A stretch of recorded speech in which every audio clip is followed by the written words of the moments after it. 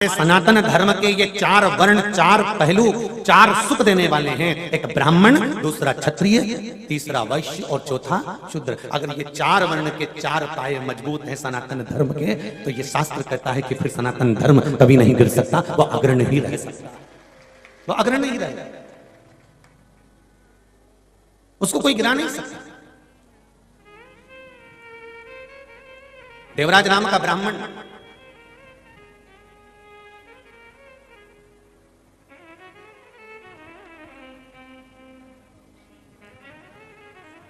चोरी का धन लेकर शंकर भगवान के मंदिर में प्रवेश कर गया, क्योंकि उसके शरीर में ताप हो रहा था। महाराज, सारे तीर्थ धाम आपके चरणों में, हे भोलेनाथ प्रणाम आपके चरणों में। महाराज, जो सुकून नहीं पूरे संसार में, जो सुकून नहीं पूरे संसार में, वो सुकून मिलता है महादेव के दरबार में, बड़ी प्रेम से प्राप्त, बढ़िया।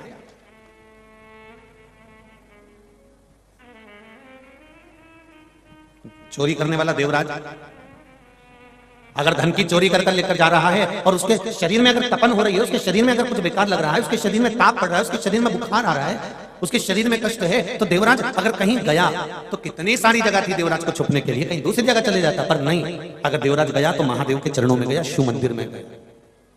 और आपको भी पहले कथा में कहा, आज फिर कह रहा है, जीवन में अगर कष्ट हो, दुख हो, तकलीफ हो, शरीर में, परिवार में अगर कुछ भी समस्या है, तो सारी समस्या का हल एक लोटा जल, बस सारी समस्या का हल हो जाएगा। ना कोई बाबा जोगी के चक्कर में पड़ना है, ना कहीं झाड़ फूक के चक्कर में पड़ना है, ना कहीं बबोता बबूती के चक्कर में पड़ना है। अपने को तो एक के चक्कर में पड़ना है जो संसार में अखंड ध्वनि रमा कर बैठा हुआ है। कौन है वो? देव अधिदेव महादेव। परिवार वाले भी आग लगाकर चले जाएंगे, जब मरोगे शमशान में अकेला छोड़ के आग लगा के चले जाएंगे। कौन आएगा रात को तुमसे बात करने के लिए? परिवार वालों से कहते हैं ना, जब मैं मरूं तो मेरा हैंड सेट चिता पे धर देना। होगा रखेगा कोई रखेगा? कितना सुंदर प्रसंग है महाराज जी। एक बच्चा अपनी दादी से पूछा, दादी, ओ दादी। दादी बोली हाँ, और दादी रोती जाए रोती जाए रोती जाए रोती जाए, और दादी, घर के लोग दादाजी के सारे कपड़े बाहर पटक रहे हैं, बेटा दादाजी चले गए।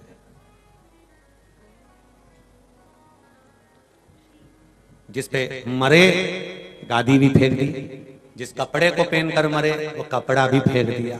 तो पोता ने दादी से कहा, दादी, दादा की सोने की चेन पड़ी है, वो भी तो फेंक दो।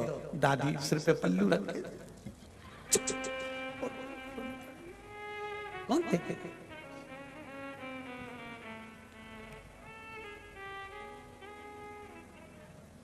अच्छा, एक बात आपसे पूछें, सागर वालों, हमने सुना है सागर के लोग जवाब बढ़िया शानदार तरीके से देते हैं।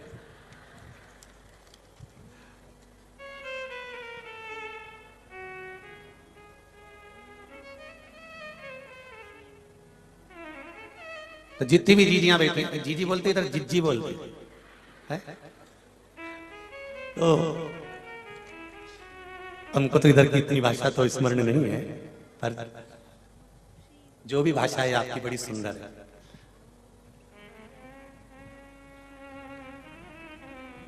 एक बात आपसे पूछना चाहेंगे,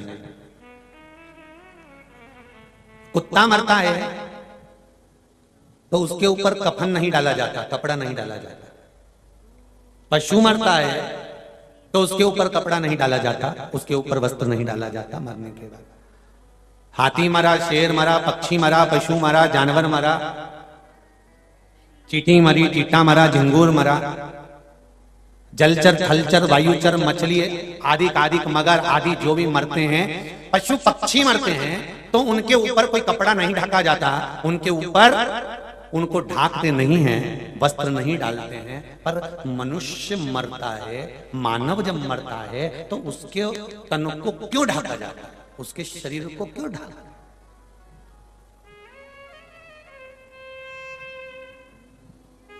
काय जी सही। तो एक पशु मरा, एक पक्षी मरा, एक जानवर मरा, एक जलचर थलचर वायुचर जीव मरा, उसके तन को नहीं ढका गया, वो पड़ा है, पड़ा हुआ है, उसके तन को कोई ढकता नहीं है, वो पड़ा है जहां पड़ा हुआ है। पर अगर मानव अगर मरता है, मनुष्य यदि मरता है तो उसके तन को ढाक दिया जाता है। किस लिए? क्योंकि शिव महापुराण की कथा कहती है मनुष्य इतने अवगुण करता है, इतने पाप करता है, इतना झूठ प्रपंच छल कपट बेईमानी करता है कि मरने के बाद इसके तन पर कपड़ा इसलिए ढाका जाता है कि इसकी सारी बुराई ढक के जल जाए। पशु, पक्षी, जानवर, जलचर थलचर ये झूठ नहीं बोलते।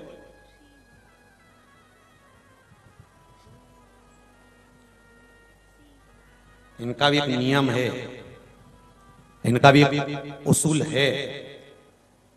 जानवर का भी एक नियम होता है, जानवर भी एक संकल्प में बंधा होता है। शेर से कोई कह दे कि तू घास खा, खाएगा? जम के बोलो जरा, नहीं खाएगा।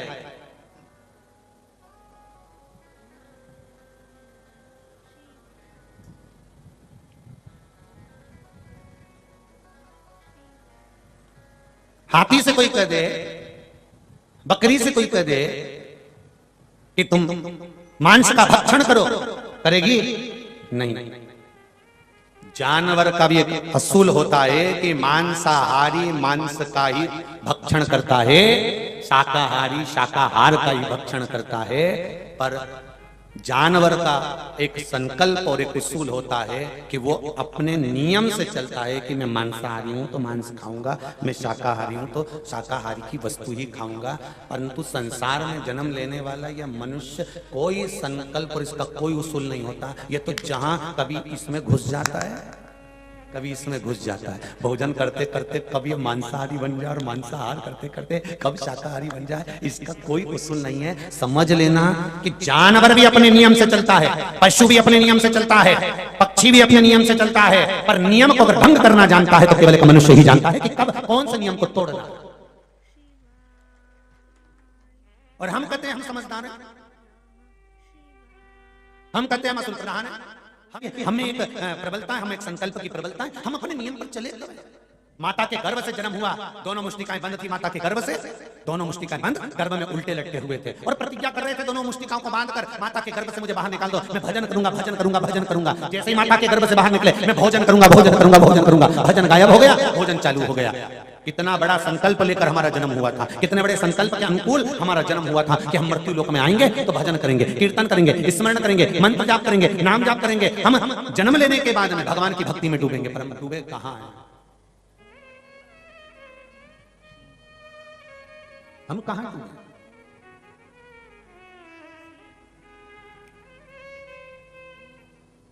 हम उस शिव भक्ति से दूर हैं, हम उस अविरल भक्ति से दूर हैं।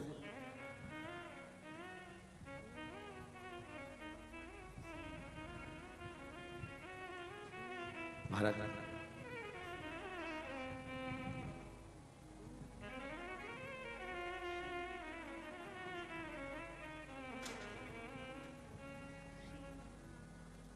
एक तेरे ही भरोसे ओ भोले तेरे ही भरोसे। हम भगवान की भक्ति की, अविरल भक्ति की एक आनंदता के साथ इस जीवन को सुखमय जिए। जानवर मरे तो उसके तन को नहीं ढकते, पर मनुष्य मरे तो उसके तन को ढका जाता है। केवल तन नहीं ढका जाता, क्यों ढकते हैं? उसका कारण है कि झूठ छल कपट प्रपंच बेईमानी सब इसके अंदर समाया हुआ है, इसलिए इसको ढकना जरूरी है, इसको ढकना जरूरी। देवराज शिव मंदिर में गए, आप कहां जा रहे हैं, आप कहां बैठ रहे हैं, आप कहां पहुंच रहे हैं, इसमें आपको स्मरण होना चाहिए।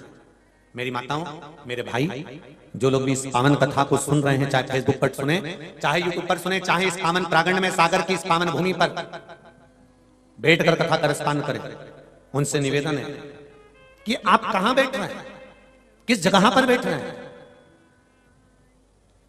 कई लोगों के मन में प्रश्न खड़ा हो जाता है, गुरुजी कथा सुनने से होगा क्या? क्या होगा कथा सुनने से? क्यों हम समय बर्बाद करें? अपनी दुकान खोलकर बैठे, नौकरी करें, सर्विस करें, बिजनेस करें, हम कथा में जाकर क्यों बैठे? शिव महापुराण की कथा कहती है आप कथा में आप जाकर बैठो, ये जरूरी नहीं है कि कथा में बैठोगे तो परमात्मा तुमको आकर दर्शन दे ही जाएगा, पर एक बात निश्चित है कि 3 घंटा जब हम कथा में जाकर बैठेंगे तो ये पक्का है कि हमारे मुख से ना तो झूठ बोला जाएगा, 3 घंटे ना हम बेईमानी करेंगे, 3 घंटे ना हम कपट करेंगे, 3 घंटे ना हम छल करेंगे, 3 घंटे हम मौन रहकर शंकर की कथा को केवल ग्रहण करेंगे, तो हो सकता है कि हमारे जीवन की सार्थकता। हम ये नहीं कहते कि तुम 3 घंटे बैठे रहोगे तो तुम्हें परमात्मा मिल जाएगा, हम तो इतना कहते हैं कि 3 घंटे तुम बेकार कर्म से बचते तो रहोगे,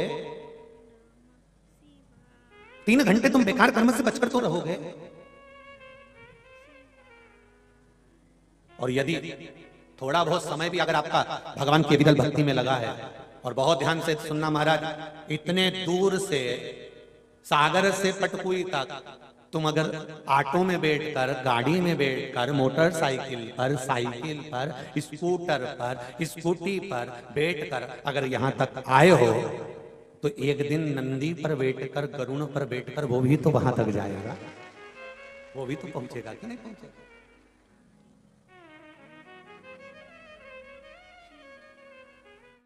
शिव कथा कहती है, शिव महापुराण वर्णन करती है, भगवान देवाधिदेव महादेव की कथा कहती है। देवराज नाम का जो ब्राह्मण है वो तुरंत भगवान शिव के मंदिर में गया, शंकर के मंदिर में, और जब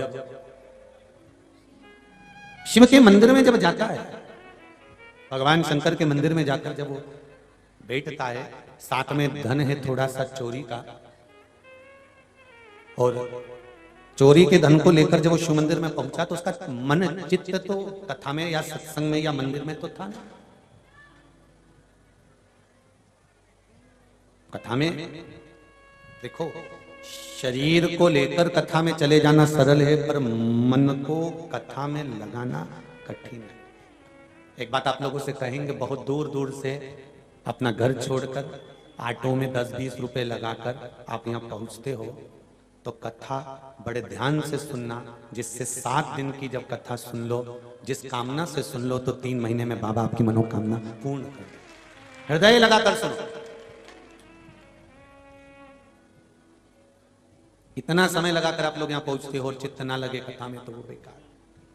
महाराज देवराज मंदिर तक पहुंच गया, पर शिव मंदिर में पहुंचने के बाद में देवराज की चित्तवृत्ति भगवान में नहीं है, उसके शरीर में ताप बढ़ रहा है। शरीर में जब रोग होता है, शरीर में जब कष्ट होता है, व्यक्ति, तुम किसी के शरीर में कष्ट है और तुम उसको समझाओ, बहलाओ, फुसलाओ, तो उसके समझ में नहीं आता। पर एक निवेदन जरूर करेंगे, जब शरीर में अगर कष्ट है, परिवार में अगर दुख है, तकलीफ है, तो एक काम जरूर करना, मेरे देव अधिदेव महादेव का दरवाजा मत छोड़ना, उसको पकड़ कर रखना। मेरे शिव का द्वार, शंकर की चौखट, शंकर का द्वार पकड़ कर रखना। देखो एक पत्र आया है, बड़ा सुंदर।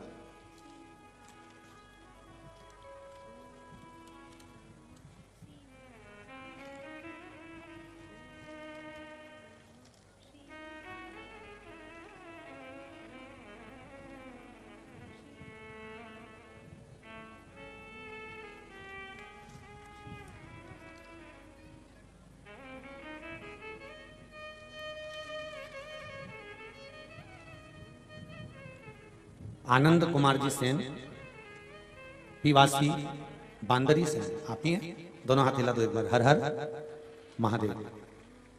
इस पत्र में आपने लिखा है, आनंद जी, 2020 में ऐसी बीमारी से ग्रसित हुआ कि मेरा परिवार पूरा बहुत परेशान हो गया। मैंने लगभग 2 लाख रुपए खर्च किए और वो ऑपरेशन करवाने का फिर भी आराम नहीं लग रहा था। आपकी शिव महापुराण चालू किया, मेरी बहन और पत्नी पशुपति व्रत करना प्रारंभ करा। गुरुदेव 2 व्रत किए, नागपुर में इलाज किया, ऑपरेशन हुआ, पर आराम नहीं था। बाद में जब पशुपति व्रत प्रारंभ किया, सैंपल के लिए 15 दिन में रिपोर्ट आना थी, और वो रिपोर्ट बाबा देवाधिदेव महादेव की कृपा से पूरे जो चांस थे, तकलीफ थी, कष्ट था, बाबा ने हर लिया, और मेरी जो रिपोर्ट आई वो एकदम नॉर्मल आई और मैं ठीक हो गया। इतनी बड़ी बीमारी हो गई थी गुरुदेव,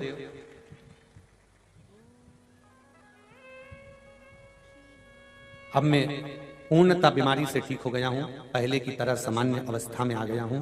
आपकी कृपा से मेरी एक दुकान भी है जो बाबा की कृपा से चल रही है और बाबा चला रहा है। बाबा को बहुत बहुत धन्यवाद देने के लिए मैं इस पावन कथा में पहुंचा हूं, केवल धन्यवाद देने के लिए। हर हर महादेव। बैठिए आनंद जी, बाबा ने आपको ठीक करा, इतनी बड़ी बीमारी आपको हो गई। आपने लिखा है कैंसर जैसे सैंपल लेकर नागपुर से जब जांच गई, डॉक्टरों ने कह दिया था कि कैंसर ही है, पर पत्नी और बहन ने पशुपति व्रत करा और कहा जांच में आना नहीं चाहिए, और वही हुआ। आखिरी में जांच में कैंसर नहीं आया। ये शिव की कृपा। बैठिए आनंद जी, आपकी पत्नी और बहन आए हुए हैं? अच्छा, आप ही हैं। श्री शिवाय नमस्तुभ्यम। अब तो खुश होइए, बाबा ने बड़ी कृपा कर दी है। हर हर महादेव। विराजिए। एक पत्र और बड़ा सुंदर आया है, उसको भी सुन लीजिए।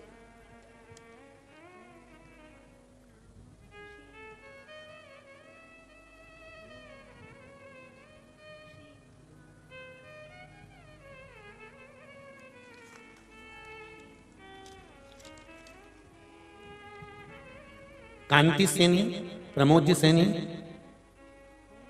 रिटायर्ड पोस्टमैन, सागर मध्य प्रदेश से। कहीं बैठे हैं? कहीं बैठे हो तो हाथ हिलाइएगा। अच्छा, उधर हैं क्या? हर हर महादेव। बड़ा सुंदर भाव व्यक्त करा है सैनी जी आपने, प्रमोद जी, बहुत बहुत साधुवाद है। गुरु जी, मैं और मेरा परिवार 13/4/2022 को सीहोर कुबेरेश्वर धाम रुद्राक्ष लेने गए। वहां हम लोगों को रुद्राक्ष प्राप्त हो गया था। मेरा परिवार पानी के गिलास में 1 रुद्राक्ष डालकर प्रतिदिन जल का सेवन कर रहा है।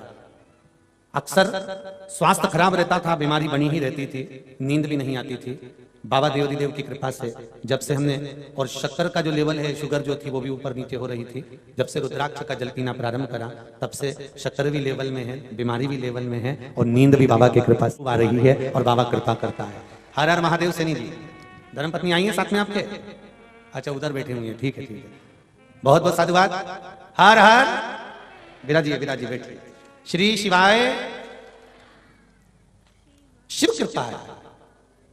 पर एक निवेदन है आप सबसे, जितने लोग भी शिव महापुराण की कथा सुन रहे हैं, रायसेन की कथा में वर्णन किया था कि रुद्राक्ष वितरण बंद है, और आप लोगों से भी निवेदन है कि रुद्राक्ष वितरण बंद है, और कार्यकर्ताओं से भी निवेदन है कि करबद्ध निवेदन है कि जब व्यासपीठ से रुद्राक्ष वितरण बंद है, तो आप लोग कोई भी अगर बाहर से भी आ रहा हो, चाहे नगर का भी आ रहा हो, चाहे कितने भी पहचान वाले आ रहे हो, आपसे करबद्ध निवेदन है कि रुद्राक्ष वितरण को बंद रखिए, अभी रुद्राक्ष मत बांटिए।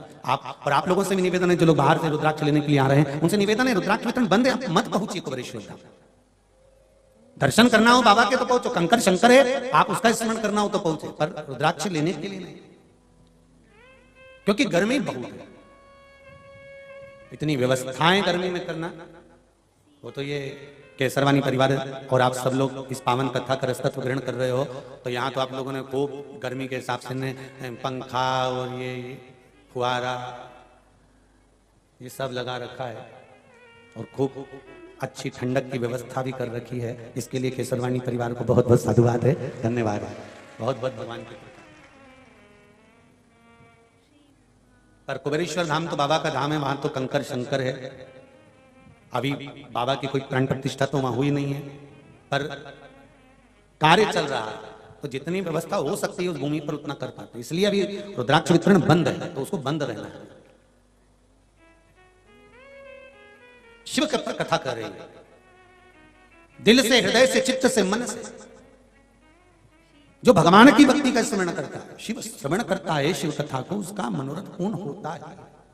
आप हमारे साथ बाबा देवाधिदेव महादेव के शिव महापुराण के मूल मंत्र का स्मरण करेंगे, और मंत्र बोलने के बाद अपने हृदय की बात देवाधिदेव महादेव से कहेंगे। श्री शिवाय नमस्तुभ्यम, श्री शिवाय नमस्तुभ्यं। श्री शिवाय नमस्तुभ्यं। श्री शिवाय नमस्तुभ्यं। श्री शिवाय नमस्तुभ्यं। शंभो शरणे बड़ी मांगू घड़ी रे घड़ी दुख काटो दया करी ने दर्शन मामा से निवेदन करो। दुख आए तकलीफ आए, हम ये नहीं कहते कि मनुष्य के शरीर में दुख नहीं आएगा। कोई महाराज आपसे कहता हो, कोई कथा वाला आपसे कहता हो, कोई संत आपसे कहता हो, कोई साधु, कोई सन्यासी, कोई ब्राह्मण जन आपसे कहता हो कि मेरे पास आओ और मैं दुख नहीं आने दूंगा, तो वो हो सकता है भगवान, वो भले भगवान हो सकता है। पर शिव महापुराण की कथा कहती है, शंकर भगवान का चरित्र कहता है कि शिव परिवार पर भी दुख आया। अगर मृत्यु लोक में जन्म लिया है तो दुख तो आए।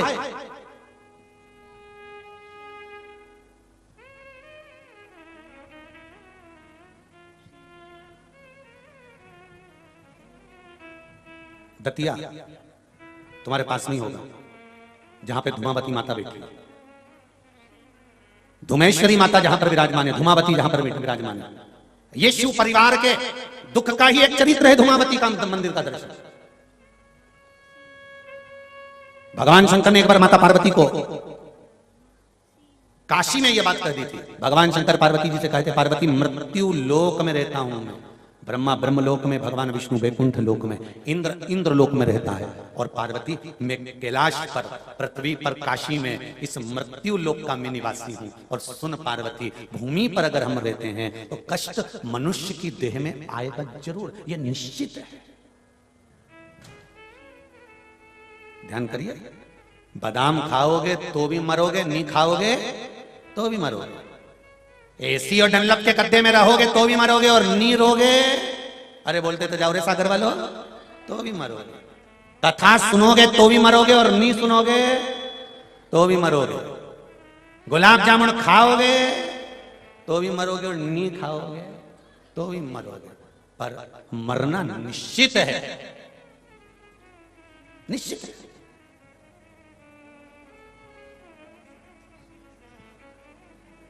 डर कर मरो चाहे वीर बनकर मरो, मृत्यु तो निश्चित है।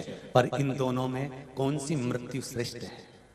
डर कर मरना कि वीर बनकर मरना? वीर बनकर मरना तो है, निश्चित है।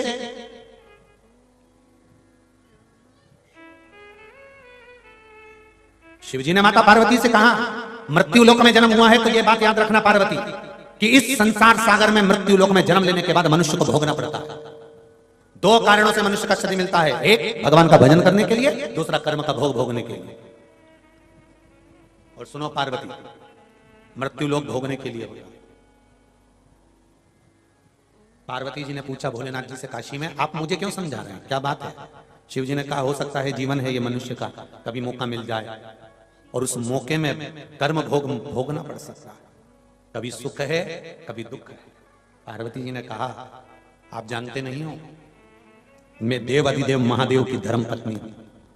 शंकर भगवान ने कहा, ये मान, ये पद, ये प्रतिष्ठा जीते जी रहती है। शमशान में मुर्दा जब जल जाता है, अच्छे अच्छे जिनकी खूब जोरदार हस्ती थी, उनकी एक लोटे में अस्थि थी।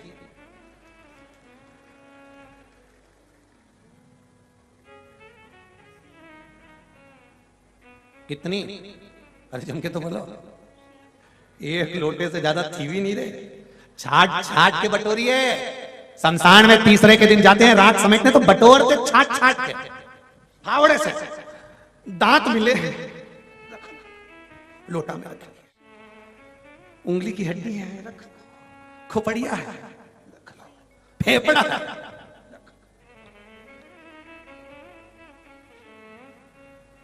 कितना रोना आता होगा। इतना बड़ा मनुष्य का शरीर और इतने से लोटे में भरा, इतने से लोटे।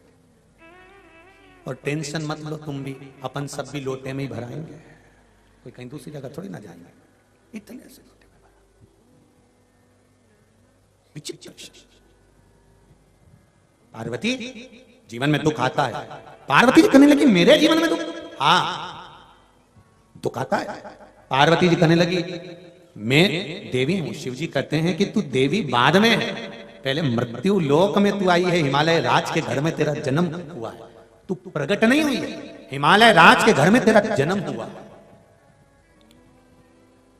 मेरी अर्धांगिनी बनी है मृत्यु लोक में, इसलिए दुख और सुख ये दोनों मिलेंगे जीवन में। पार्वती जी कहती है ऐसा होता है, हाँ। और आया समय, ये दतिया वाली माता की कथा कहती है, धूमावती के समय आया, शंकर जी तप में लीन हो गए। पार्वती से कहकर तप में लीन हुए भगवान शिव। भगवान शंकर ने कहा पार्वती 11,000 वर्ष के लिए मैं तप लगाकर बैठ रहा हूं, साधन लगाकर बैठ रहा हूं, तपस्या में लीन हो रहा हूं। 11,000 वर्ष तक पार्वती तू मुझे टोकना नहीं, मैं 11,000 वर्ष के बाद अपनी समाधि से उठूंगा। पार्वती के कहकर शिव जी समाधि में बैठ गए। समय आया, घर परिवार में दुख और सुख तो चलते रहते हैं। आज भगवान गणेश जी ने आकर कह दिया माँ बहुत भूख लगी है, माँ कुछ भोजन दे दीजिए। माँ अंदर गई तो रसोई घर में कोई भोजन नहीं था।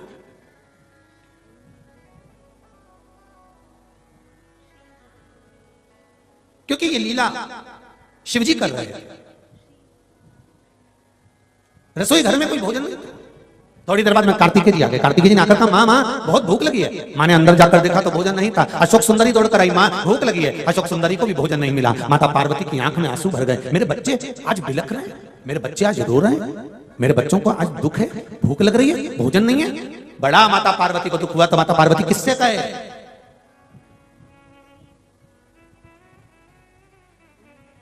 पति अपनी पत्नी पर चिढ़ जाता है कभी कभी और चिढ़कर बोलता है जब देखो जब तुम मेरे से कहती है, तो पति से पत्नी कहती है तुम बता दो कि मैं तुमसे नहीं कहूं तो फिर किससे कहूं? बोलो री जी सही है कि गलत है? और अगर मैं अपने दिल की बात दूसरे से कहूंगी फिर तुमको काली वाली मिर्ची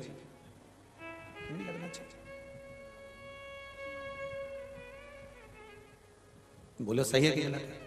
अगर पत्नी पति से नहीं कहेगी तो किससे कहेगी? और अगर आप मेरी नहीं सुनेंगे तुम कौन सुनेगा? किससे कहूं मैं?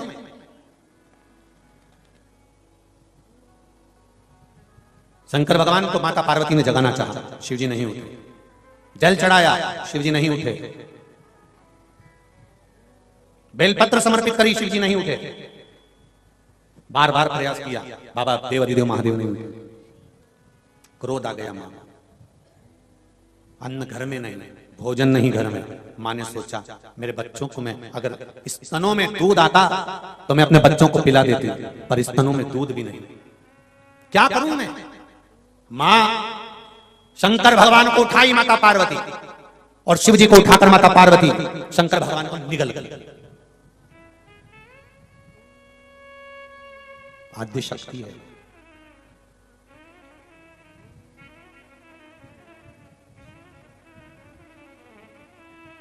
आद्य शक्ति है। शिव को निगल गई, शंकर भगवान को निगली, और निगलते से ही माता पार्वती के स्तनों में से दूध बहने लगा। गणेश जी कार्तिकेय शुक सुंदरी पीकर पेट भर लिए। मां अब हमारा पेट भरा गया।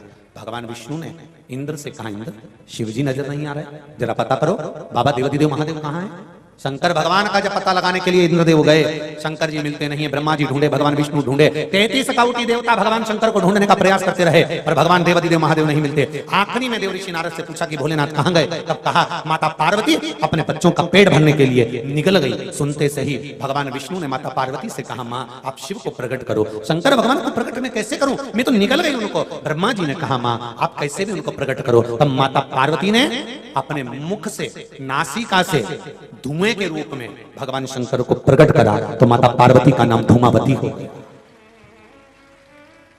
शिव जी का एक नाम धूमवान पड़ गया, माता जी का नाम क्या पड़ गया? जम के बोलो जरा, धूमावती माता पड़ गया। शंकर भगवान सामने आ गए, और आते से पार्वती ने जब उनके चरणों को प्रणाम करा, शिव जी ने कहा पार्वती सुन, थोड़ी देर के लिए तू अपने पति को निगल गई थी, थोड़ी देर तेरा पति नहीं था, इसलिए तेरी मांग में सिंदूर नहीं होगा, तेरे माथे पर बिंदी नहीं होगी, तेरी पाँव में बिछुड़ी नहीं होगी, तेरे गले में उस समय पर मंगल सूत्र नहीं होगा।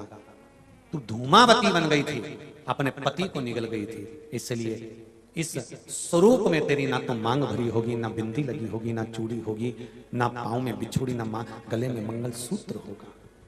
माता पार्वती की ये मूर्ति का दर्शन, इसलिए आज भी सौभाग्यवती माताएं धूमावती माता का दर्शन नहीं करती हैं। पर्दा लगा होता है, पुरुष मंदिर के अंदर जाते हैं, माता को भोग लगाते हैं, प्रणाम करते हैं, वापस पर्दा बंद कर कर बाहर निकल जाते हैं। पर धूमावती का दर्शन सौभाग्यवती नारी नहीं करती है। क्यों? क्योंकि वो अपने पति को निगल गई थी कुछ देर।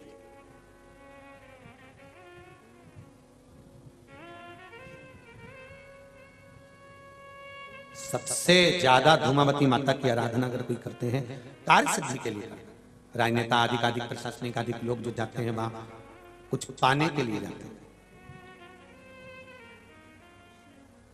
सुख है तो दुख भी है जीवन में। अगर आपके जीवन में अगर दुख है, तकलीफ है, कष्ट है, हम ये नहीं कहते कि आपके जीवन में दुख नहीं आएगा। कोई कहे तो हो सकता है वो भगवान हो, कि वो कह दे कि मैं सारा दुख, तुम्हारे पास दुख आएगा ही नहीं, तो वो हो सकता है भगवान हो। पर शिव महापुराण की कथा करिए, मृत्यु लोक में अगर जन्म लिया है, माता के गर्भ से अगर जन्मे हो, पृथ्वी पर अगर जन्म हुआ है, तो शिव महापुराण की कथा कहती है कि जीवन में दुख तो आएगा, सुख भी आएगा, पर घबराना नहीं है। एक काम करना कि जीवन में अगर रोग आए, बीमारी आए, तकलीफ आए, कष्ट आए, सारे दुख तकलीफें अगर जीवन में आ रही है, तो एक काम करना, शंकर के मंदिर में जाना मत छोड़ना, शिव का स्मरण करना मत छोड़ना। पंचाक्षर मंत्र नमः शिवाय, षडाक्षर मंत्र ओम नमः शिवाय, या फिर श्री शिवाय नमस्तुभ्यम, इस मूल मंत्र का जाप करते हुए अपने जीवन को निकालना हो सकता है। फिर दुख कट, जैसे भैया जी बोले कि बीमारी इतनी बड़ी थी, डॉक्टर ने भी कह दिया था कि कैंसर होगा, निश्चित है कि कैंसर होगा, जांच भी पहुंच गई, पर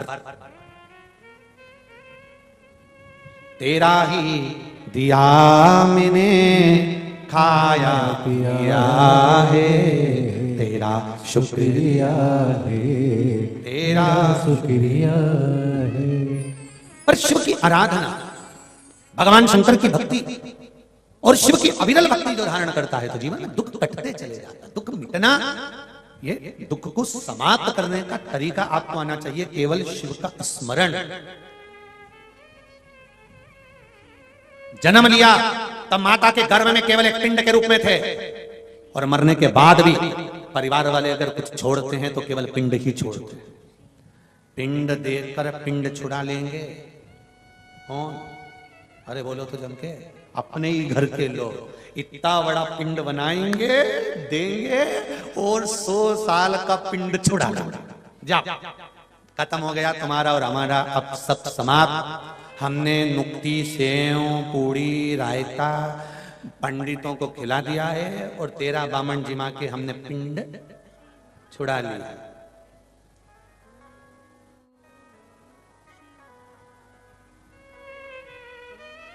इसीलिए बार बार कहते हैं, मत बुरे कर्म कर बंदे वरना पछताएगा, भगवान की आंखों से तू बच नहीं पाएगा, तू बच नहीं पाएगा। अरे ओ अज्ञानी मत करना दानी, तेरे कर्म का फल भी तू ही पाएगा, जैसा किया तूने तेरे आगे आएगा। मत बुरे कर्म कर बंदे वरना पछताएगा, भगवान की आंखों से तू बच नहीं पाएगा, तू बच नहीं पाएगा। इसलिए स्मरण रहे।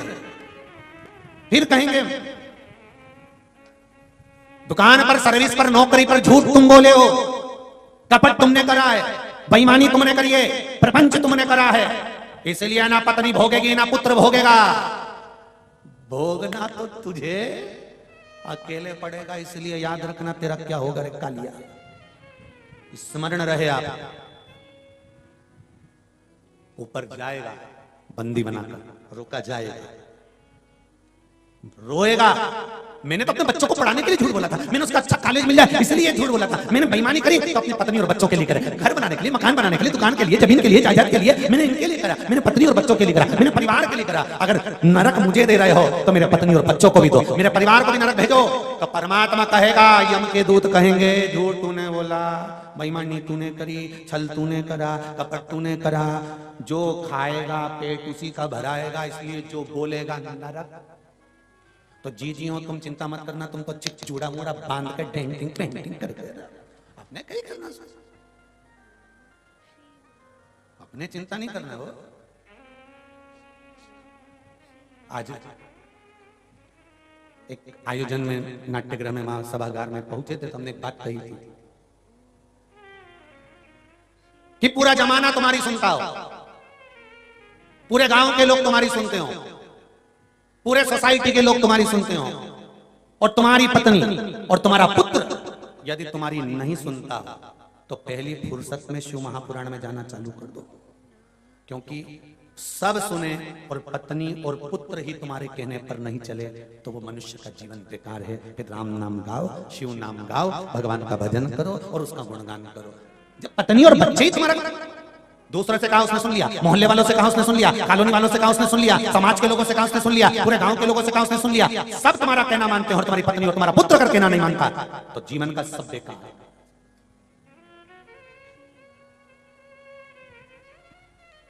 मेरे देवादिदेव महादेव, मेरे शंकर, मेरे ओघड़ी, मेरे त्रिकालदर्शी, मेरे कैलाशी अविनाशी के ऊपर एक लोटा जल चढ़ाने का फल क्या है, उसका महत्व पार्वती खंड के अंतर्गत शिव महापुराण में कहा गया कि माता पार्वती जी ने शिव जी से पूछा कि इस एक लोटा जल चढ़ाने का फल क्या है। पार्वती जी ने जब पूछा तो शिव जी ने कहा, देवराज ब्राह्मण की कथा लोटा जल चढ़ाने का फल बताती है कि देवराज ब्राह्मण चोर था, चोरी करता था, धन चुरा कर लाता था, गलत कर्म में लगा रहता था, कभी उसने जीवन में अच्छा काम नहीं करा।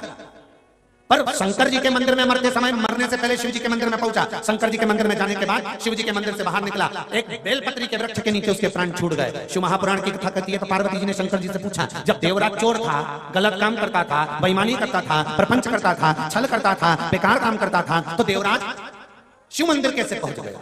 व्यक्ति अच्छा काम करता है तभी तो शिव महापुराण में पहुंचता है। जो बेकार काम करेगा तो शिव पुराण तक कैसे जाएगा, शिव मंदिर तक कैसे जाएगा? बेकार काम करने वाले को तो भगवान वैसे ही रोक देता है कि तो अच्छी जगह जाए मत। फिर वो अच्छी जगह कैसे पहुंच गया?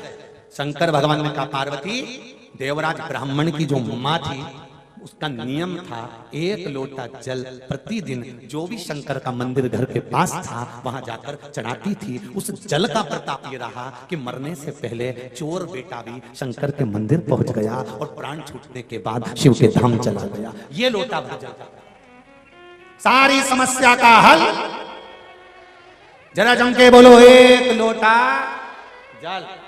ऑफिस जाओ तो चढ़ा कर जाओ, दुकान जाओ तो चढ़ा कर जाओ, घर से जाओ तो एक लोटा जल चढ़ा कर जाओ। घर का एक एक बच्चा अगर एक लोटा जल चढ़ाता है तो उसके ऊपर शिव को एक बहुत सरल भाषा में इस कथा को और अच्छे से ले लो। किसी की शादी में तुम जाओ और तुम जाओ, रोटी खाओ चाहे मत खाओ, पानी पियो चाहे मत पियो, पर जिसने बुलाया है तुम उससे मिलकर आओगे कि नहीं आओगे? अरे बोलो जम के, मिलोगे ना? कि भाई हम भले खाना नहीं खाए, टाइम नहीं, हमारे पास समय नहीं है, अब शादी में आए तो हो, पर एक काम तो करोगे ना? क्या?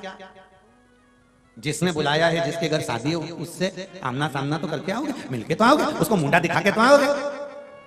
क्यों मुंह दिखा कर आओगे? कि उसको लग जाए हम आए थे।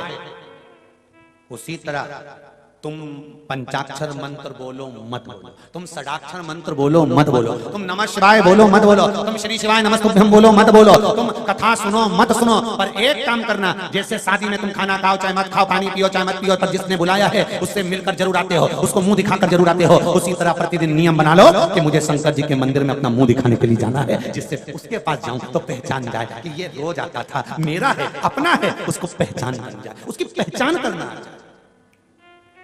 एक चाय देने वाला भी रोज ऑफिस में आता है ना, तो ऑफिस के लोग चाय वाले को पहचान जाते हैं, क्यों रे कालू आ गया? हाँ सर, 2 चाय 2 कट ले।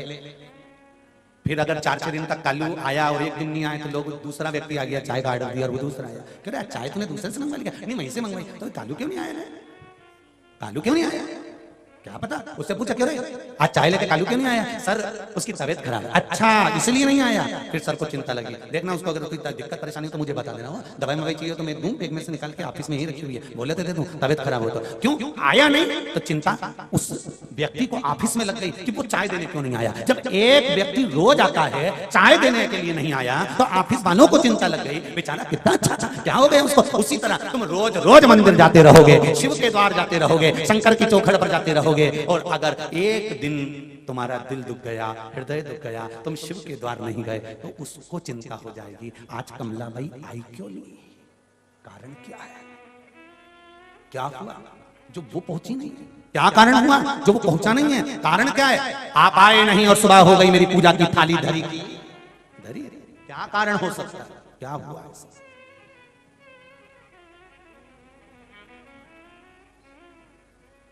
मेरे भोले तेरा सहारा है, मेरे भोले तेरा सहारा है, मेरी नैया का तो किनारा है, मेरी नैया का तो किनारा है। क्यों नहीं आया? कारण जीवन में मनुष्य का शरीर है, मानव की देह है, दुख आएगा सुख आएगा, पर दुख आए तो घबराना नहीं, इधर उधर भटकना मती, माथा इधर उधर भड़कना नहीं कि कभी यहाँ चले गए कभी वहां चले गए। अपने को तुम फिर निवेदन कर दूं आपसे, पड़ोसन को कितनी भी चाय पिला लो, पड़ोसन को कितना भी अचार खिला दो, पड़ोसन के कितने भी पापड़ खिला दो, पर पड़ोसन कभी अपनी जायदाद का हिस्सा तुम्हें नहीं देगी। और सागर की अगर पड़ोसन हो और देती हो तो हमें भी बता, इसमें कोई दिक्कत नहीं।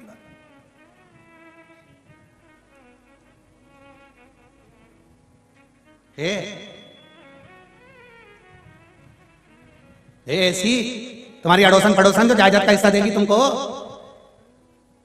तुम कितना भी अच्छे से चाय पिला लो, चाय सिर पे पल्लू लगे धोख लगाई ना, कितने भी पड़ोसन की धोख लगा लो तो जायदाद का हिस्सा नहीं। और सास भले तुम चाय पिलाओ मत पिलाओ, धोख लगाओ मत लगाओ, पूछो नहीं पूछो, फिर भी जब मरेगी ना, वो की जितनी रकम है ना, जितनी बहू है ना, 4 5 6 2 3 सब उन्हीं को मिलना, कोई दूसरे को नहीं मिलेगी कि साथ दूसरे को दे देगी। नहीं, सास मरेगी तो उसका हिस्सा बहुओं को ही प्राप्त होगा। तुमने चाय पिलाई कि ना पिलाई, अच्छे से बोले कि ना बोले, प्रणाम करा कि ना करा, नमन करा कि नहीं करा, पर जायदाद का हिस्सा सास किसी को नहीं देगी, अपनी बहू को देगी। कई कई सास ऐसी मिलती भी है जो हमेशा कहती है कि गुरुजी मेरी बहू बड़ी बेकार है, बहुत अपशब्द बोलती, गुरुजी बहुत टेंशन देती है। तो हमने भी कह दिया एक काम कर, जितना भी तेरे पास है नहीं हरिद्वार में दिया जा। इतने में तो तुरंत पल्लू रख के बोलिए महाराज कहीं पागल समझ रखा मारे, ठेंगा नहीं। तो मैंने कहा फिर किसको देगी? बहू का छोरा बेचारा इतना मेरी सेवा करे, बहू के छोरे को दूंगी। तो मिला तो उसको, ये दूसरे को मिल गए। पड़ोसन को कितनी भी चाय पिला लो, प्रणाम कर लो, नमन कर लो, वो जायदाद का हिस्सा नहीं देती, पर सास को पूछो ना पूछो पर हिस्सा सास ही देती है। उसी तरह ब्रह्मा ब्रह्म लोक में रहते हैं, भगवान विष्णु वैकुंठ लोक में रहते हैं, इंद्र इंद्र लोक में रहते हैं, सारे 33 कोटि देवता अपने अपने लोक में रहते हैं, पर मृत्यु लोक में रहता है तो मेरा देवाधिदेव महादेव रहता है। आप पूछो मत पूछो, जल चढ़ाओ चाहे मत चढ़ाओ, शंकर की कथा में जाओ चाहे मत जाओ, अंत समय में तो भी मेरा महादेव अपने गले तो तुमको लगा ही लेता है। आओ मेरे पास। इसलिए मरने के बाद व्यक्ति जब मरता है तो उसको कहीं वीआईपी होटल में ले जाकर अंतिम संस्कार नहीं करा जाता। कहां ले जाता? अच्छा तो बोलो, शमशान। घर तुम्हारी पसंद का होगा, घर में लगने वाला पत्थर तुम्हारी पसंद का होगा, घर में लगने वाला किचन तुम्हारी पसंद का होगा, और मरने पर शमशान शंकर की पसंद का होगा कि कौन से मसान में जले जाए। ये शिव पसंद करते हैं कौन सी जगह लेके जाना है इसको। मृत्यु उस जगह पर ले जाती है जहां पर आपको मरना है। घर तुम्हारी पसंद का, शमशान शंकर की पसंद का होगा। और कितना ही प्रयास कर लो, ले जाने वाले तो तुमको तोप के, चाहे कितना ही रो फिर भी कौन रखे। शेर मरे तो उसकी तो खाल भी काम आ जाए, पर यह पापीड़ा मनुष्य इतना झूठ प्रपंच करे कि तो खाल भी काम नहीं आए। तुरंत कह दे घर के लोग ले जा बांध। और जो अर्थी के बांधने वाले एक्सपर्ट होते हैं वो इतनी जोरदार अर्थी बांधते हैं, 2 उधर बैठते हैं 2 इधर बैठते हैं, मुर्दे को कपड़ा उड़ा के खींच और खींच, उधर से अच्छे से बांधो, हाँ उधर से बांध लो, सबको मालूम है मर गया। उसके बाद भी इतना खींच के बांध के ले जाते हैं क्योंकि सबको मालूम है भग गया तो भगवान को तो अपनी कुर्सी भरना है, ये भग गया तो अपने में से किसी को निपटा दिया तो इसी को अच्छे से बांध के ले चलो। और चिल्लाते चिल्लाते जाते हैं राम। अच्छे से बोलो, जरा जम के बोलो, राम नाम सत्य है, जो जीवन का एक सार तत्व है, इसके सिवाय कुछ नहीं। अंत में कोई नहीं कहेगा कि धन सत्य है, कि धर्म पत्नी हमारी सत्य है, कि छोरा छोरी सत्य है। सब एक ही बोलेंगे राम नाम सत्य है। और ले जाएंगे, आरती जल उतारेंगे, चिता पे सुलाएंगे, आग लगाएंगे और सब इधर उधर बैठ के मल मुला के खा के घर आए, नहाए, परिवार वाले भी बाजू में से पूड़ी और सब्जी आ जाएगी, सिर से पल्लू रख रख के रोता रोता भी है, खाता जाएगा कहीं। फिर इतने में कोई आ जाएगा तो फिर रोवा पड़ी बच्चा, जैसे कोई गया फिर जमाना। मालवा के संत श्री नागर जी महाराज कहते हैं, तेरा तेरा दिन याद करे, क्यों रे नर सुमिरन क्यों नहीं करे, सुमिरन क्यों नहीं करे, क्यों रे नर सुमिरन क्यों नहीं करे। केवल 13 दिन याद करेंगे और 14वें दिन फोटो जो टेबल पे था दीवार पे टांग देंगे, प्लास्टिक के फूल की माला। फिर 16 श्राद्ध में नीचे उतारेंगे फोटो को, कंडा जला के धुनी देंगे और पूड़ी और खीर फोटो पे चिपका देंगे। तुम फोटो पे साल भर पूड़ी चिपकी रहेगी, अगले 16 श्राद्ध में फिर पोंछ के गिरा देंगे। 1 साल तक पूड़ी और खीर तुम स्माइल देते रहोगे और पूरी चिपकी रहेगी। इससे भारी और जिंदगी क्या है मनुष्य की, खत्म। इसीलिए निवेदन है, फिर कह रहे हैं, सागर वालों मौका मिला है शिव महापुराण कथा श्रवण करने का। इसी में बस मौके को देखकर चौका लगाना है और परमात्मा की ओर जाना है, भटकना नहीं। हार हार महादेव, आराधना शिव की करना है, शंकर की भक्ति में रमना है, शिव स्मरण की ओर चलना है, भगवान की अविरल भक्ति को अपने भीतर धारण करना है।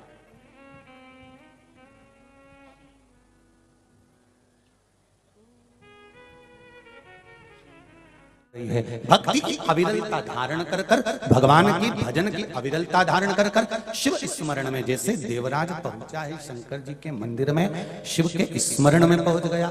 भले उसने भजन नहीं करा, भले उसने भजन ना कर कर कोई कथा भी नहीं सुनी, पर उसने एक काम करा कि शिव के द्वार से शंकर के मंदिर में प्रवेश कर गया।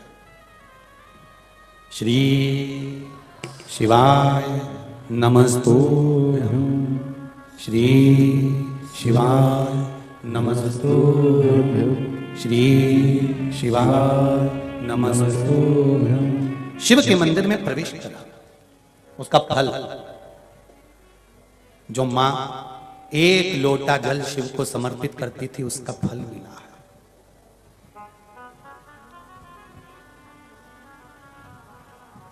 बहुत ध्यान दीजिए कथा पर कि दुख आए, तकलीफ आए, कष्ट आए, वह अपनी जगह पर उस दुख और तकलीफ के साथ में शिव का स्मरण हो जाए। अकाल मृत्यु वो मरे जो काम करे चंडाल का, काल उसका क्या बिगाड़े जो भक्त हो महाकाल का। जो शिव का उपासक है,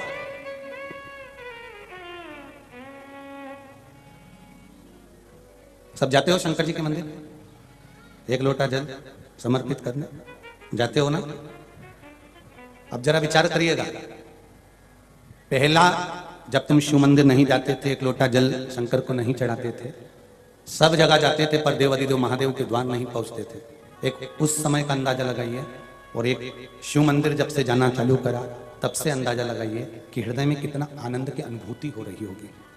बाबा खुद धीरे धीरे धीरे धीरे धीरे धीरे हाथ पकड़ते जाता है और पार लगा ही देता है, शिव कृपा से। एक पत्र आया है, देखिए।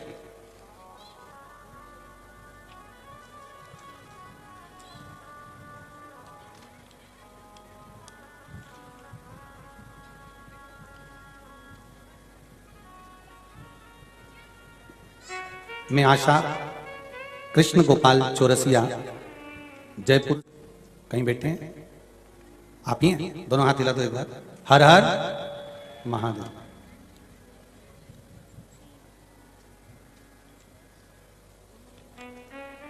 जरा माइक पहुंचा ना, मां पास में ही है,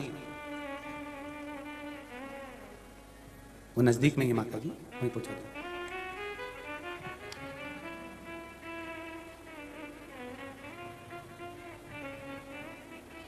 माता जी इसमें एक लाइन बड़ी सुंदर लिखी है आपने, भोलेनाथ दया करना मैं भरोसे हो। नीचे लिखा है आपने, मैं तेरे भरोसे हो। माता जी आपने लिखा है 28/2/2022 को कुबेरेश्वर धाम आई थी बाबा, वहां से मैंने बाबा को बोला बाबा सब ठीक कर देना, बहू बेटे का केस चल रहा था। जी गुरुजी। उसमें हो गया? जी गुरुजी। बाबा मैं 28 तारीख को फरवरी में कुबेरेश्वर धाम गई थी जी। और वहां से आकर मैंने पशुपति व्रत किए जी। और एक व्रत में बहू की खबर आ गई थी, दूसरे में बहू घर आ गई थी। बधाई हो आपको, बहुत बहुत बाबा की कृपा हो। बाबा मेरी बहू भी आई है, हम साथ आई में हैं साथ बाबा में? को, अरे बाबा को साथ में ठोक देने आए हैं बाबा। श्री शिवाय नमस्तुभ्यं बाबू, बढ़िया हो, आनंद है? जी पंडित जी। बस अब खुश रहना है, आनंद में रहना है, बाबा ने बुलाया है आपको और बाबा ही रखने सब वाले। अच्छा रहे बस यही। बस बाबा की कृपा। श्री शिवाय नमस्तुभ्यं। बैठिए बैठिए बैठिए बैठिए। मेरे बाबा दया करना मैं तेरे भरोसे हो। ना घर के भरोसे हूँ, ना परिवार के भरोसे हो। ना घर के भरोसे हो ना परिवार के भरोसे हो। मेरे बाबा दया करना मैं तेरे भरोसे हो। बैठिए माँ बैठिए। हर हर। एक पत्र बड़ा सुंदर आया है, पत्र भी बड़ा सुंदर है। आकांक्षा दुबे, मकरोनिया सागर से हूं। कहीं बैठी आकांक्षा जी? आप ही हैं? श्री शिवाय नमस्तुभ्यं। आपने लिखा है बाबू कि मासिक धर्म से जुड़े हुए बहुत समस्या थी गुरुदेव, कई सालों से इलाज चल रहा था पर ठीक नहीं हो पाए थे। तब मेरी मम्मी ने आपके द्वारा बताया गया चना दाल और तुलसी का उपाय किया और मैंने भोलेनाथ से प्रार्थना कर वो उपाय जो किया उसके द्वारा मैं पूर्ण तरह से ठीक हो गई। यही शिव जी को धन्यवाद देने के लिए आई हूं। हर हर महादेव बाबा। मेरे बड़े भाई को भी कमर में जॉइंट का प्रॉब्लम हो गया था, परेशान था। फिर हमने अभिषेक कर बेलपत्र खिलाना प्रारंभ करा, अब वो भी ठीक है और बाबा की कृपा से हमारा पूरा परिवार बहुत खुश है। हर हर महादेव। बैठिए बाबू बैठिए। श्री शिवाय नमस्तुभ्यं। शिव कृपा ही ऐसी है। हम फिर कहेंगे ना तो हमारे पास देने के लिए कोई भभूत है, ना बेल है, ना हमारे पास कुछ है कि हम तंत्र जानते हो कि मंत्र जानते हो कि हम साधना करे हो कि हमारे पास कोई विद्या हो या हमारे को कोई ज्योतिषी आती हो। हमको कुछ नहीं आता। हम तो केवल इतना जानते हैं कि शिव का स्मरण करो क्योंकि मृत्यु लोक का एक ही देव है, वो देव अधिदेव महादेव है। भूल से भी इस मुख से अगर शिव का नाम निकल जाता है तो भी शंकर करुणा कर जाता है। ऐसा भोला मेरा महादेव है महाराज, इतना भोला है। गए देवराज, ओम शिव महापुराण की कथा चल रही है। इस कथा के माध्यम से हमें वहां पहुंचना है कि शिव महापुराण ये वर्णन कर दे कि पहला ओम का नाद कब प्रकट हुआ था, कहां प्रकट हुआ था। इस कथा के माध्यम से हमको वहां पहुंचना है। साथ में इस ओम नाद में 3 अक्षर छुपे हुए हैं, आ, उ और मा। चाहे आप मान लो ब्रह्मा विष्णु और महेश, सारे वेद, सारे शास्त्र, सारी पुराणे इस ओम के अंतर्गत।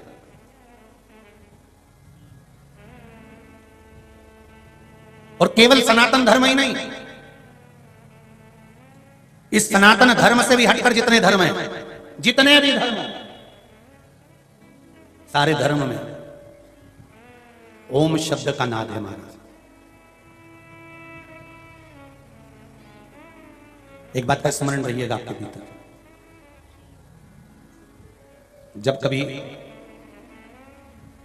ऐसा लगे जीवन में कि मैं बहुत दुखी हूं और कष्टमय जीवन चल रहा है और कोई समस्या का हल ही नहीं मिल रहा, बहुत दिन हो गए जूझ रही हूं मैं इन समस्याओं से, तो बेलपत्री की जड़ के अंतर्गत, जो बेलपत्री का बड़ा वृक्ष हो उसकी जो जड़ हो, उस जड़ पर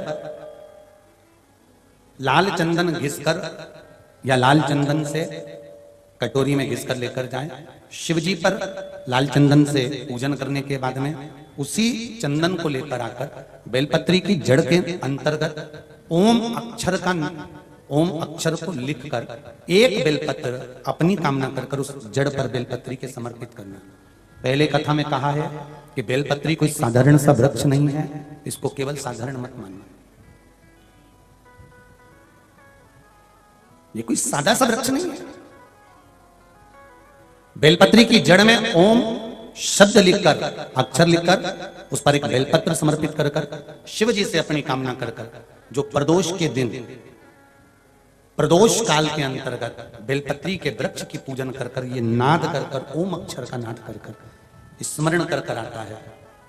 ज्यादा से ज्यादा कहेंगे तो 4 दिन 5 दिन में या 6 दिन में मेरा देव अधिदेव महादेव जो समस्या और टेंशन जिंदगी में चल रहा होता है उससे थोड़ा बहुत तो निजात मेरा देव अधिदेव महादेव उसी समय करना प्रारंभ कर देता है। शिव कृपा होने लगती।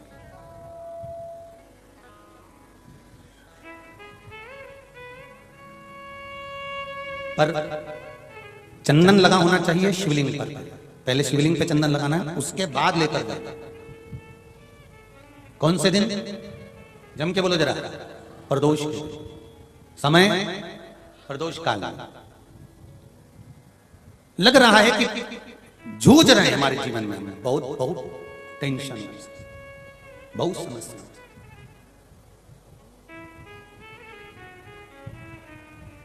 तब ओम अक्षर का नाद मूल होना चाहिए।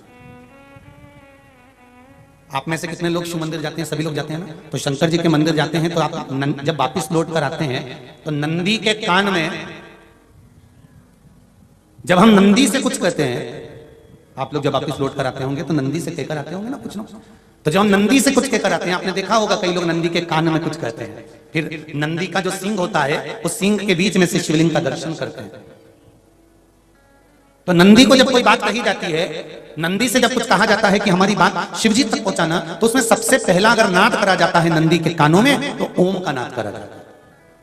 आप सीधे जाकर अगर कहेंगे नंदी को कि हमारी ये बात है, आप वहां तक पहुंचा देना, तो नंदी उस बात को कहे चाहे नहीं कहे, पर जब आप नंदी के कान में ओम कहने के बाद में अपने हृदय की बात कहते हैं, तो जैसे एक पत्र आपने भेजा और पत्र को तुमने लिफाफे के अंदर रख दिया, रखने के बाद में तुमने एड्रेस भी लिख दिया, समझ लेना बहुत अच्छे से।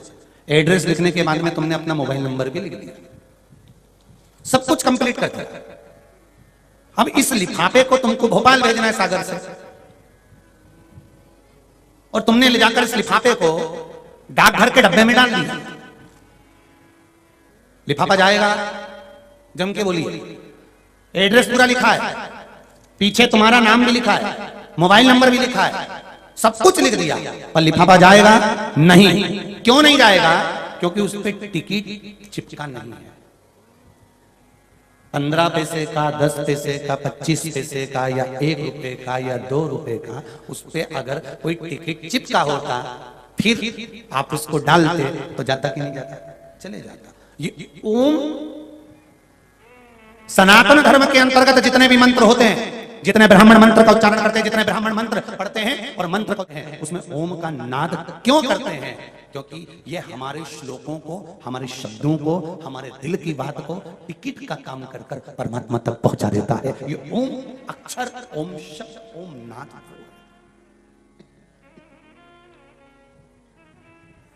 वहां तक पहुंचा।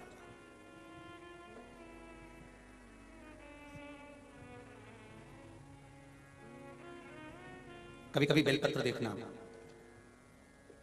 जब बेलपत्र आप समर्पित करते हैं तो ऊपर वाली जो पत्ती होती है उस पर ओम लिखते हो। कई किसी को लिखते हुए देखा होगा, चंदन से, पीले चंदन से, लाल चंदन से।